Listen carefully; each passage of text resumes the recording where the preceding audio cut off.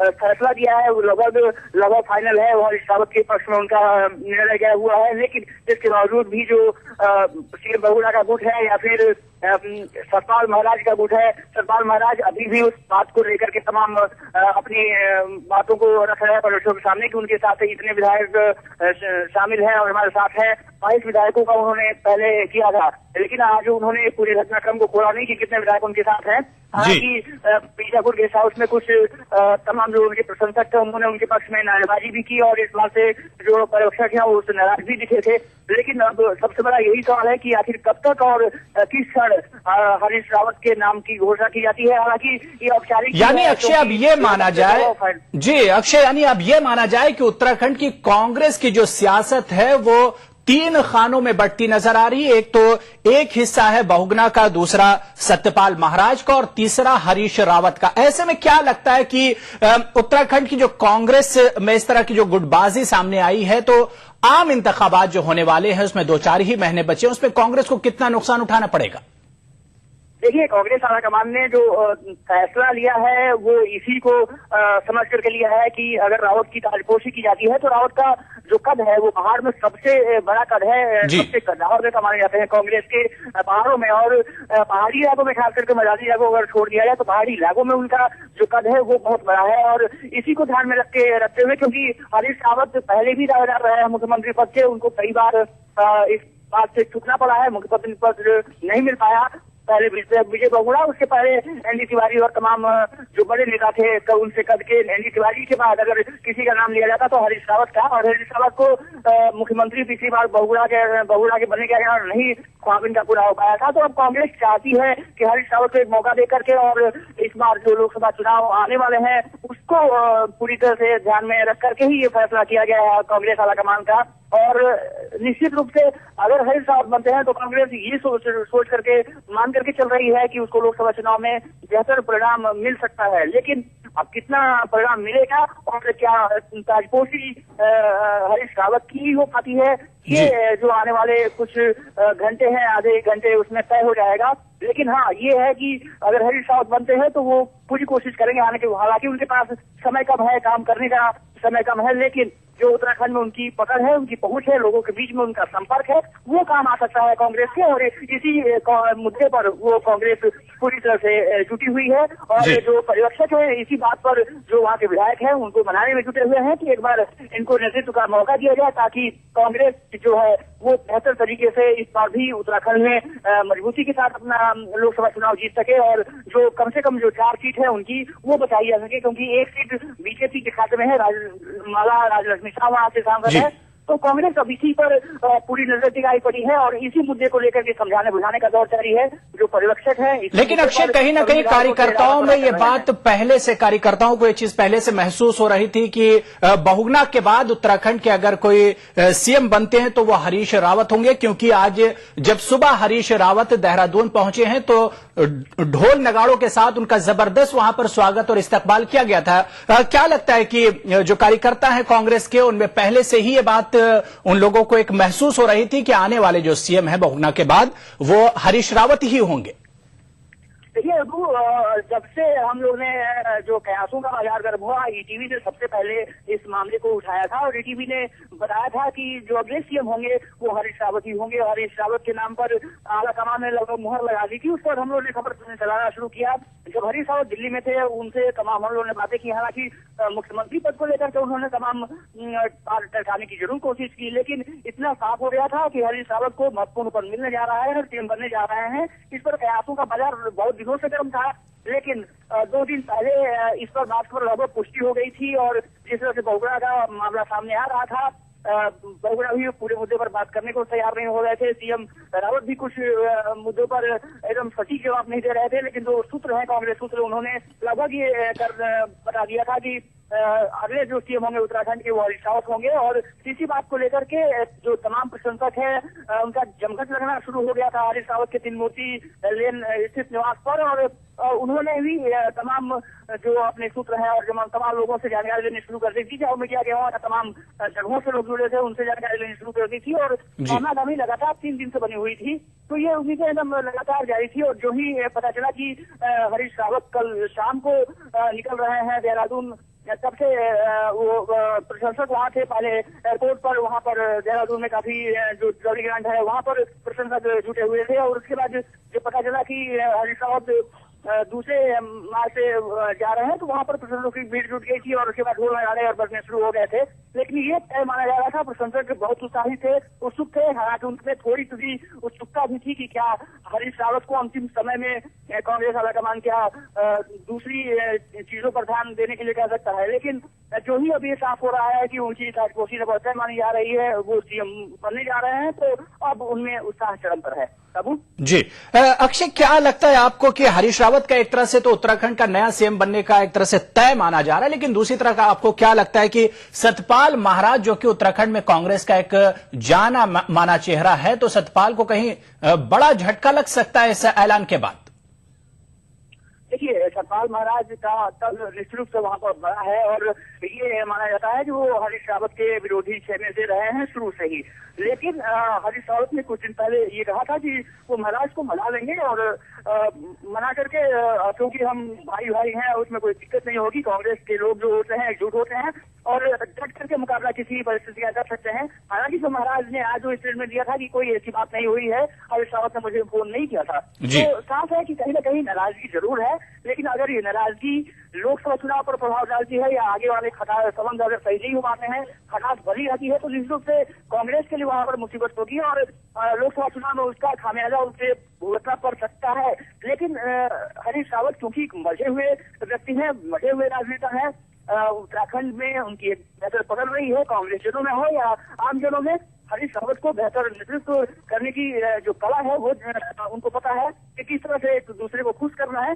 तो निश्चित रूप से वो कहीं ना कहीं बड़ी ऐसी लगा रहे हैं कि सतपाल महाराज को किसी न किसी तरह से खुश किया जा सके, चाहे उनके समर्थक विधायकों को मंत्री परिषद में लाया जा सके, मंत्रिमंडल में लाया जा सके, या फिर उनको सतपाल महाराज को खुद कुछ ऐसे मौके दिए जा सके जिससे कि उनकी नाराजगी दूर हो सके। ऐसे में सबसे बड़ा हरीश रावत के लिए है कि सतपाल महाराज जैसे जो कद्दावर नेता है उनको खुश करके रखें। हालांकि हरीश रावत का खुद ये मान रहा है कि सतपाल महाराज एक बड़े कद के नेता है, उनका सम्मान करते हैं। विजय बहुगुणा को भी उन्होंने आज जब शुभकामनाएं विजय बहुगुणा उनकी, तो उन्होंने स्वीकार किया और उनको धन्यवाद भी दिया कि आपके मार्गदर्शन में जरूर कुछ न कुछ हम बेहतर करने की कोशिश करेंगे। जी अक्षय, अगर दूसरी तरफ बात विजय बहुगुणा की करें, अब जबकि उन्होंने सीएम पद से तो एक तरह से त्याग दे दिया है, सीएम पद उन्होंने छोड़ दिया, इस्तीफा दे दिया है, अगर उनकी बात की जाए तो क्या लगता है आपको कि आम चुनाव में अब ज्यादा वक्त नहीं बचा है, कांग्रेस क्या उन्हें आम चुनाव में लोकसभा की सीट के लिए कहीं से अपना उम्मीदवार बना सकती है?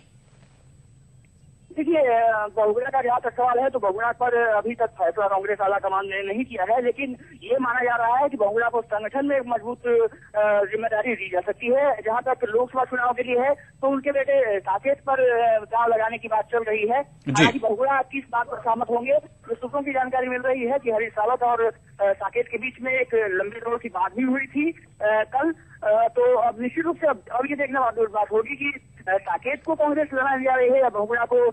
लेकिन बहुगुणा का नाम जहाँ तक सूत्रों के हवाले से खबर आई तो बहुगुणा को एक जिम्मेदारी मिल जाती है, संगठन में जिम्मेदारी दी जाएगी ताकि वो बेहतर तरीके से क्रियान्वयन अपने कर सके, और साकेत को लोकसभा चुनाव लड़ा सकती है कांग्रेस। और इसी मुद्दे को लेकर के हरीश रावत और साकेत के बीच में बात हुई है, जैसा सूत्रों के हवाले से खबर आई थी। तो अब ये देखने वाली बात होगी कि साकेत और हरीश रावत मिलकर के किस तरह की रचना करते हैं वहाँ पर उत्तराखंड में, और कांग्रेस आलाकमान बहुगुणा को क्या संसद में किस तरह का पद देने जा रहा है, ये सबसे बड़ा सवाल निकल करके सामने आ रहा है। जी अक्षय, एक आखिरी सवाल आपसे, अगर सीएलपी की मीटिंग जैसी खत्म होगी उसके क्या फौरन बाद जो नाम सामने आएगा उसको आज ही शपथ दिला दी जाएगी? इसकी पूरी संभावना व्यक्त की जा रही है। और सुबह से ही हम लोग ये सभी यही कयास लगा रहे हैं कि कांग्रेस इस बात को पटाक्षेप जल्द से जल्द कर लेना चाहती है। वो जल्द से जल्द कांग्रेस आलाकमान चाहता है कि इस मामले का पटाक्षेप हो जाए और जो भी ये इसकी घोषणा की जाए कि हर अमुक नेता हमारे मुख्यमंत्री के लिए चुने गए हैं, जैसे कि उम्मीद सभी को यही है कि हरीश रावत को चुना जाएगा और उसके बाद उनको जल्द से जल्द तैयारियां लगभग पूरी हो चुकी है राजभवन में और उनको वहां पर जो पर और गोपनीयता की है उनको शपथ आज दिलाने जाने की पूरी संभावना व्यक्त की जा रही है। और कांग्रेस के सूत्र भी यही बता रहे हैं और जो भी कर्मचारी लगे हुए हैं, चाहे पटवारी लगे हों वहां पर, पुलिसकर्मी जो लगे हैं, तमाम सुरक्षा व्यवस्था वहां पर एकदम कड़ी कर दी गई है। तो निश्चित रूप से आज पूरी संभावना है कि हरीश रावत को पद और गोपनीयता की शपथ वहां पर दिला जाएगा मुख्यमंत्री की। जी अक्षय, बहुत बहुत शुक्रिया। आप इस अहम मीटिंग पर नजर बनाए रखिए। तो उत्तराखंड से यही खबर है कि इस वक्त सीएलपी की मीटिंग वहां पर चल रही है और सेंटर के जो ऑब्जर्वर है यानी कि जनार्दन द्विवेदी, अंबिका सोनी और गुलाम नबी आजाद भी इस मीटिंग में शामिल है। लेकिन जराये का यही कहना है कि हरीश रावत का नाम इस मीटिंग में तय कर लिया जाएगा। चलिए आगे बढ़ेंगे। दिल्ली में आज से बिजली महंगी हो गई है। दिल्ली में बिजली सप्लाई करने वाली कंपनियों ने बिजली की शरह में 8% का इजाफा कर दिया है। केजरीवाल हुकूमत और बिजली कंपनियों में पहले रोज से ही ठनी हुई है। केजरीवाल हुकूमत बिजली कंपनियों के कैग ऑडिट का हुक्म दे चुकी है। खराब माली हालत के बिजली कंपनियों के दावे पर दिल्ली के वजीर आला अरविंद केजरीवाल ने कुछ इस तरह से अपना रद्द-ए-अमल जाहिर किया है।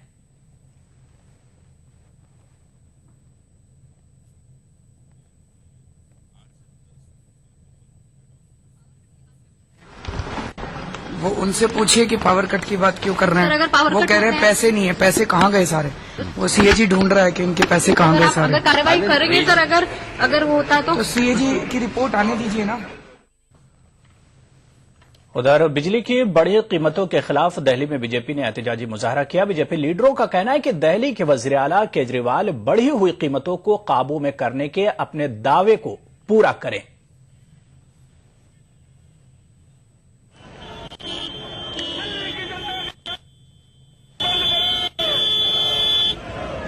भ्रष्ट सरकार जो जनता को के साथ विश्वासघात करके और धोखा देकर, छलकर जनता की भावनाओं के साथ विश्वासघात करके सत्ता में काबिज हुई है, ऐसी सरकार के खिलाफ आज हमने मोर्चा खोला है। केजरीवाल की सरकार ने दिन प्रतिदिन उन्होंने ये वादा किया था कि महंगाई को वो घटा देंगे, परंतु आज हम देखते हैं कि बजट हमारा बिगड़ता जा रहा है और महंगाई दिन प्रतिदिन बढ़ती जा रही है।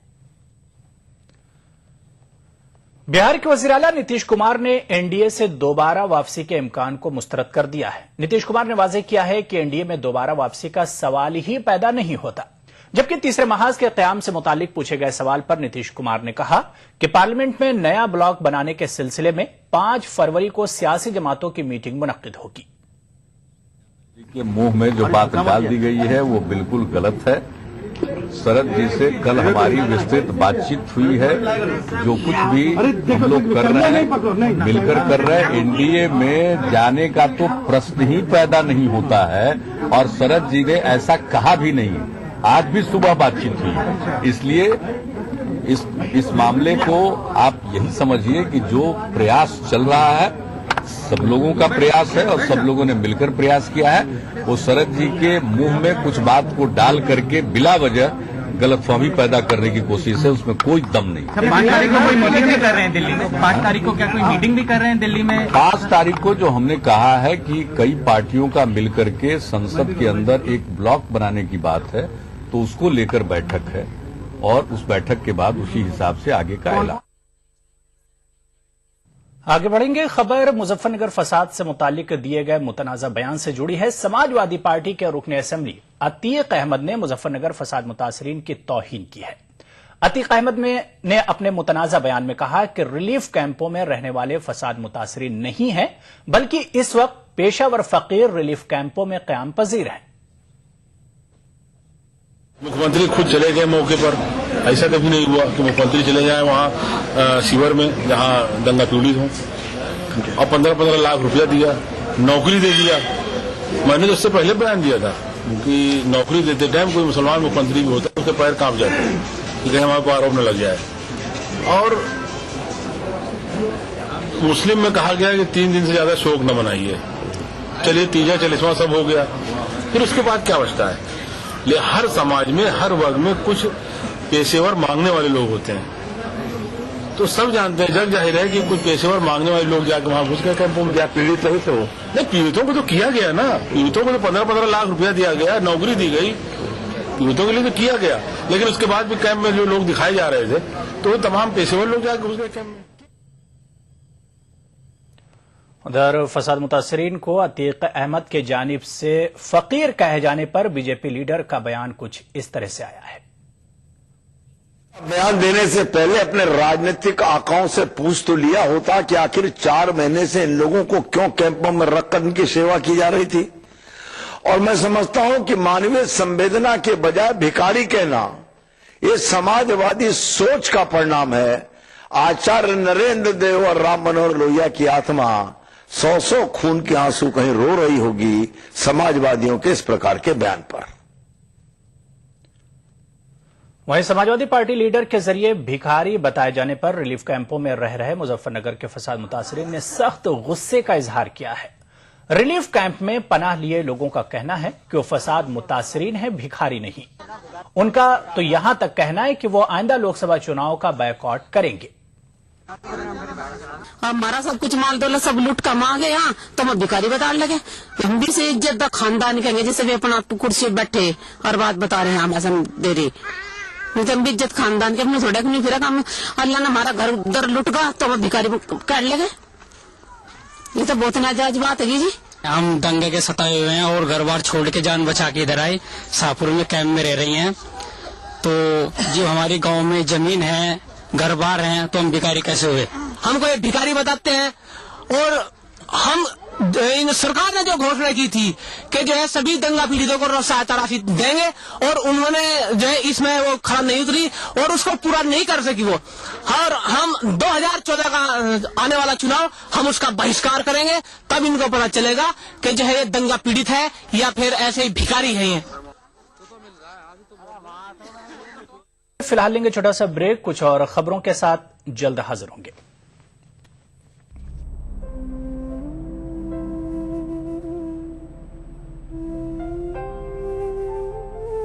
अकेले तो ये देश बना नहीं, हमने एक दूसरे का साथ दिया, तभी तो बना ये भारत। सड़कें हमने बनाई, पर मुसाफिरों को खाना तो सबने मिलकर ही खिलाया। तमाम अस्पताल हमने बनाए, पर लोगों को जिंदगी तो सबने मिलकर ही दी। पोलियो अभियान हमने चलाया, पर सारी मुश्किलों के बावजूद अपने बच्चों को बूथ तक तो पहुंचाया सबने मिलकर ही। मेट्रो का ताना बाना हमने बुना, पर उसे घर जैसा सजाया संवारा तो सबने मिलकर ही। लाखों स्कूल हमने खोले, पर बच्चों को मौका तो सबने मिलकर ही दिया। खाद्यान्न सुरक्षा कानून हमने लागू किया, पर उस अनाज से फौलाद बनाने का सिलसिला तो सबने मिलकर ही जारी रखा। मोबाइल नेटवर्क से देश को बांधा हमने, पर देश की सीमा पर अपनों को हौसला तो सबने मिलकर ही दिया। कुछ यूं ही हमने मिलकर बढ़ाया देश को तरक्की की राह पर। तो क्यों न कहें, हम सब ने मिलकर बनाया ये भारत। भारत निर्माण का यही प्रमाण, जन जन को छुआ, जनजीवन बदला।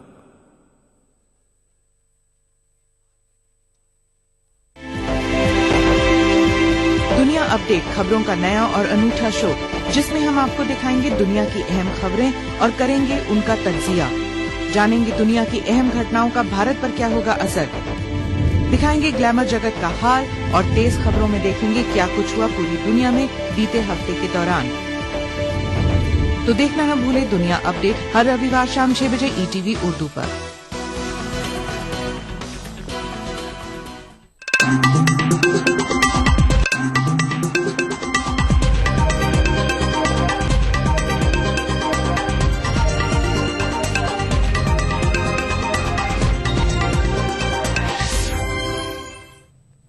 अरुणाचल प्रदेश के तालिबे इल्म तानियम की मौत के मामले में अभी तक कोई पेशरफ्त नहीं हुई। पुलिस मुश्तबा अफराद से पूछताछ कर रही है। उधर दिल्ली पुलिस ने इन इत्तलात की तरदीद की है कि उसने तानियम को उसी मकाम पर छोड़ा था जिस मकाम पर उस तालिबे इल्म की पिटाई की गई थी। वाज़ेह है कि अरुणाचल प्रदेश के कांग्रेस रुकन असेंबली के फर्जन नीदो तानियम जुमेरात को अपने कमरे में मुर्दा पाए गए थे। बताया जाता है कि बुध को लाजपत नगर में मिठाई की दुकान के मुलाजमीन ने मुबैना तौर पर तानियम के साथ मारपीट की थी।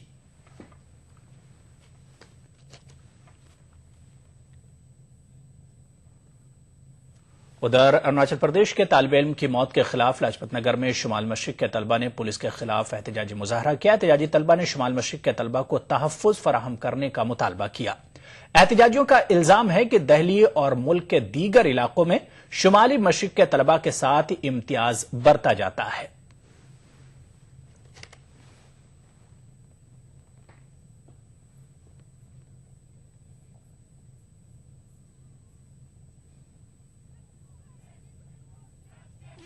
ये पहली बार नहीं हुआ है कि हमारे लोगों के खिलाफ वायलेंस हुआ है। In a developing and a secular country like India, violence against anyone is bad. And I think a violence on the basis of race and caste and creed is something very bad है। उस basis पर हम सब क्योंकि हर दिन हमें racist comment beer करने पड़ते हैं। इसी कमेंट की वजह से एक बच्चे की मौत हो गई है। हमारे पेरेंट्स हमें स्कूल से भेजते ताकि यहाँ पढ़ाई करें, तो सुनने में आता है कि एक छोटे से हम जैसे दिखते हैं उसकी वजह से एक बच्चा मर गया। तो ये बात ठीक नहीं है। इसलिए हम ये इसी कर रहे ताकि जस्टिस मिले, क्योंकि अगर ये मुद्दा अभी नहीं उठाया गया तो ठंडा हो जाएगा और बाकी जितने भी मुद्दे देश के उसके तरफ भूल गया जाएगा।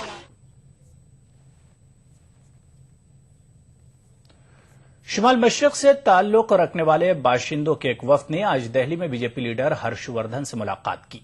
वफ्द ने दिल्ली में अरुणाचल प्रदेश से ताल्लुक रखने वाले नौजवान के कत्ल पर एहतजाज दर्ज कराया। वफ्द ने हर्षवर्धन से शुमाल मशरिक के लोगों की दिल्ली में सिक्योरिटी को यकीनी बनाने की अपील की। हर्षवर्धन ने दिल्ली और मरकजी हुकूमत से मुतालबा किया कि दिल्ली में दीगर रियासतों से आने वाले लोगों की सिक्योरिटी को यकीनी बनाने के लिए फौरी इक़दाम किए जाएं। देश की राजधानी में इस तरह की घटना का होना अत्यंत दुखद और शर्मनाक है। मैं आज ही इस संदर्भ में एक गंभीर पत्र भारत के प्रधानमंत्री और गृह मंत्री को लिखकर राजधानी में इनकी सुरक्षा और इनके साथ हो रहे व्यवहार की बेहतरी के संदर्भ में लिए जाने वाले कुछ कदमों के संदर्भ में प्रार्थना करने वाला हूं। खबर वादी कश्मीर से है, जहां के जिला पुलवामा के कंगन इलाके में इनकाउंटर खत्म हो चुका है। इनकाउंटर में दहशतगर्द तंजीम लश्कर तैयबा का सरकर्दा मिलिटेंट मारा गया। कंगन पुलवामा में गुज़िश्ता शाम से चल रहे इनकाउंटर में मारे गए मिलिटेंट की शनाख्त एजाज अहमद के तौर पर की गई है। सिक्योरिटी फोर्सेज और मिलिटेंटों के दरमियान कंगन में उस वक्त तसादुम हुआ जब मिलिटेंटों ने पुलिस पार्टी पर फायरिंग की। डीआईजी के मुताबिक दूसरा मिलिटेंट फरार होने में कामयाब हुआ है। पुलिस को खबर मिला था कि पुलवामा के कंगन गांव में एक घर है, वहां पर दो छिपे हुए तो आर्मी को लेकर वहां पर गई। सर्च ऑपरेशन शुरू हुआ। सर्च होते ही इनकाउंटर शुरू हो गया, जिसमें एक टेररिस्ट मारे गए और दूसरा मिलिटेंट था और रात के अंधेरे में छिप के भाग गया। इस इनकाउंटर में सबसे अच्छी बात है कि कोई कोलेटरल डैमेज नहीं हुआ है। पुलिस, सीआरपी, आर्मी या कुछ जख्मी नहीं हुआ है, घर भी डैमेज नहीं हुआ है। अच्छा, किस आउटफिट से बिलोंग कर रहा था और कब से सरगर्म था? ये पिछले 1 साल से एक्टिव था और ये अवंतीपुर डिस्ट्रिक्ट के पूरे डिस्ट्रिक्ट के गांव है चरसू, वहां का एजाज अहमद भट्ट नाम का। और अब आइए नाज़रीन सीधे आपको जम्मू लिए चलते हैं, जहां पर इस वक्त जम्मू कश्मीर के वज़ीर आला उमर अब्दुल्ला एक प्रेस कॉन्फ्रेंस से खिताब कर रहे हैं।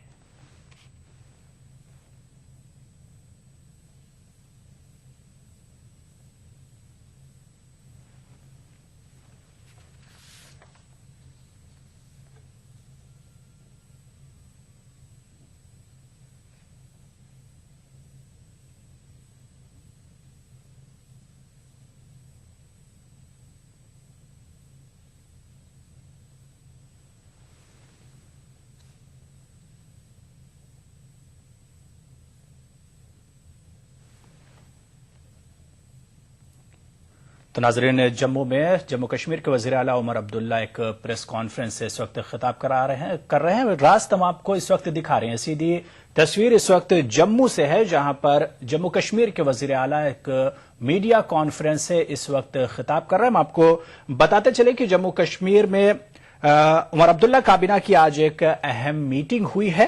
इस मीटिंग में जम्मू कश्मीर में 659 एडमिनिस्ट्रेटिव यूनिट से कायम करने के ताल्लुक से जारी तनाजे को हल करने की बात चल रही थी। इसी को लेकर उमर अब्दुल्ला इस वक्त प्रेस कॉन्फ्रेंस से खिताब कर रहे हैं।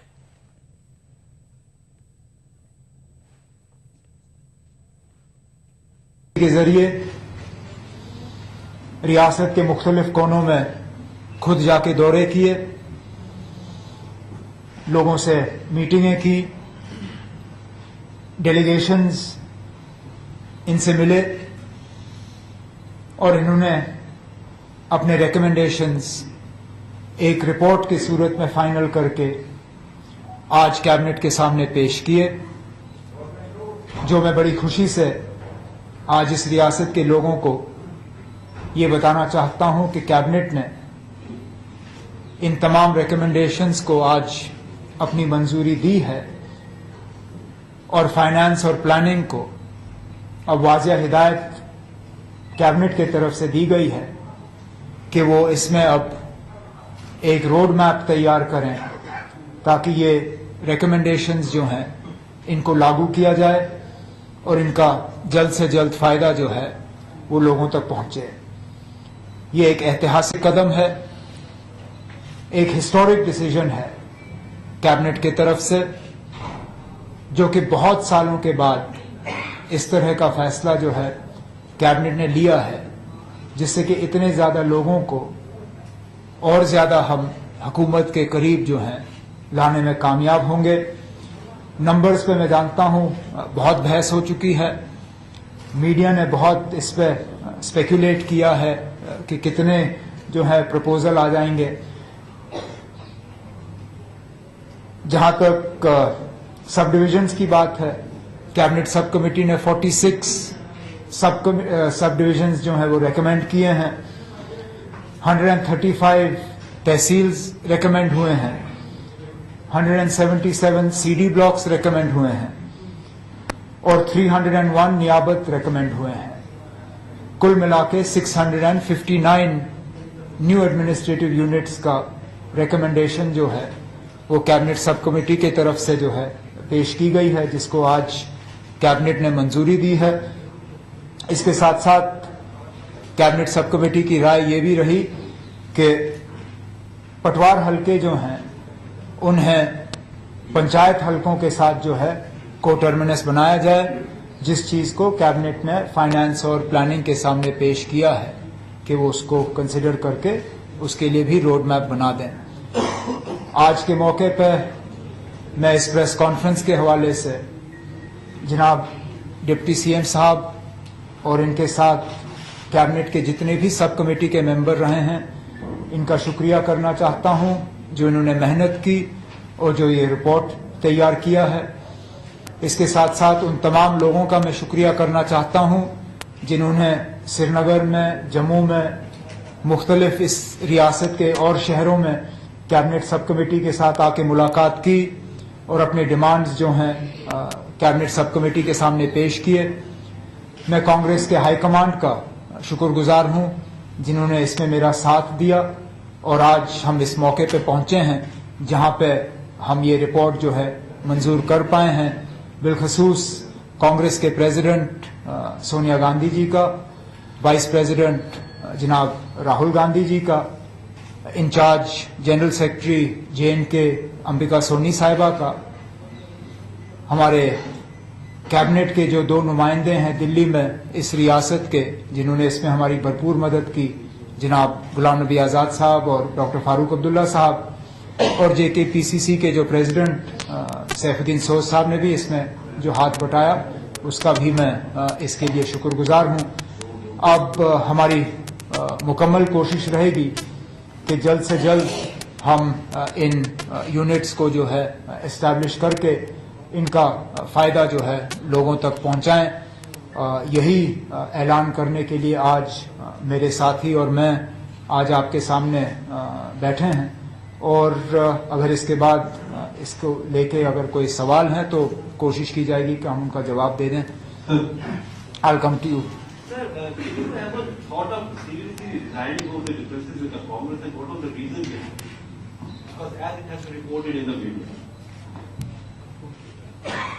I think what is important is not so much the method as the result. The result is that today we have new administrative units, which, as I've said, is a historic decision, and a creation of new administrative units like this will perhaps now not again take place for some decades.